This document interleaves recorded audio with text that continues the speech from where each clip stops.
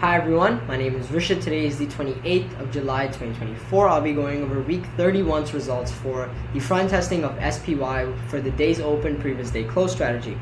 So without further ado, let's just get into this video. The first day we had a buy signal where we made a pretty much a 0.3% profit.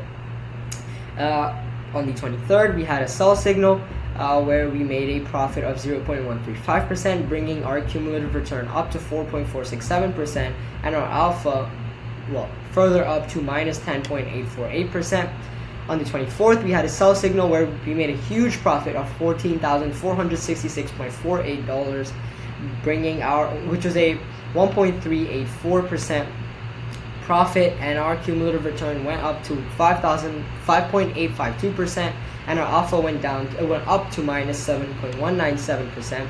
Then we had a loss of $5,730.06 off of the buy signal, which was a minus 0.543% loss. Alpha went down to minus 7.22%. On the last day, we had a profit of $4,179.6 or 0.395%, bringing our cumulative portfolio return up to 5.704% and our portfolio alpha down to minus 7.944%.